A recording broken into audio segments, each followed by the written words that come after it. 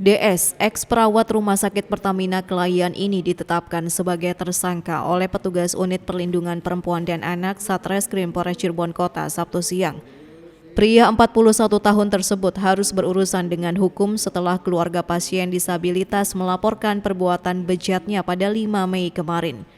Penetapan tersangka terhadap perawat ini dilakukan setelah petugas memeriksa 24 saksi dan menguatkan alat bukti hingga hasil visum. Selain menetapkan tersangka terhadap perawat, petugas juga mengamankan barang bukti berupa pakaian yang dikenakan korban saat kejadian. Bukti lainnya berupa dokumen jam kerja yang sinkron dengan kejadian di tanggal 23 sampai 25 Desember 2024 lalu. Dalam melancarkan aksinya, pelaku menggunakan modus mengganti infus dan mengecek kesehatan pasien yang merupakan anak di bawah umur penyandang disabilitas. Saat itu korban yang dirawat di ruang isolasi tanpa penunggu membuat pelaku leluasa melancarkan aksi bejatnya hingga 3 kali selama dirawat. Peristiwa yang terjadi di lingkungan Rumah Sakit Pertamina tersebut membuat korban alami trauma berat. Adapun kita telah menetapkan tersangka, ya, jadi proses ini sudah naik ke proses penyidikan, ya, karena alat bukti yang sudah cukup.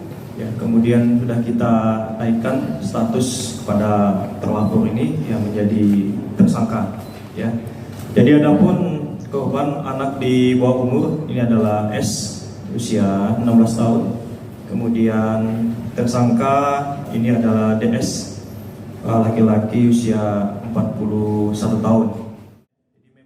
Saat ini petugas masih melakukan pendalaman karena korban dari kejahatan asusila pelaku diduga lebih dari 3 orang. Bahkan sebelum kasus ini mencuat, pelaku diketahui bermasalah di 2 rumah sakit berbeda dengan aduan pelecehan. Petugas menjerat Undang-Undang Perlindungan Anak dan Kekerasan Seksual dengan ancaman 15 tahun penjara. Alimudin, RCTV, Cirebon.